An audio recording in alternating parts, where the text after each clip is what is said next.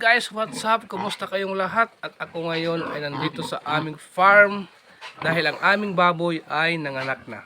Yan. Ito, mapapakita ko sa inyo ang kanyang mga anak. Yan. Ang anak niya bali ay 14.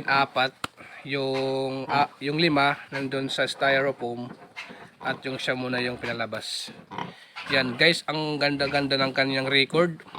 Kasi nung unang panganak niya, first variety niya ay umabot lang ng 11. Wow. Tapos yung pangalawa, 12.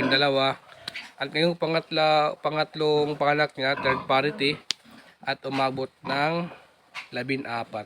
Guys, yan ang ganda ng lahi, no? So ang aming lahi dito ay large white, yung inahin, at saka yung aming barako ay Landrace. Yan. Pakita ko sa inyo kung gaano kaganda ang aming mga lahi ng aming mga baboy. Ayan, no? Tingnan nyo. Puting-puti yan. Yan.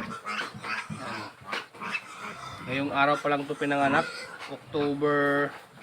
Ano ngayon? October 6. October 6. Yan.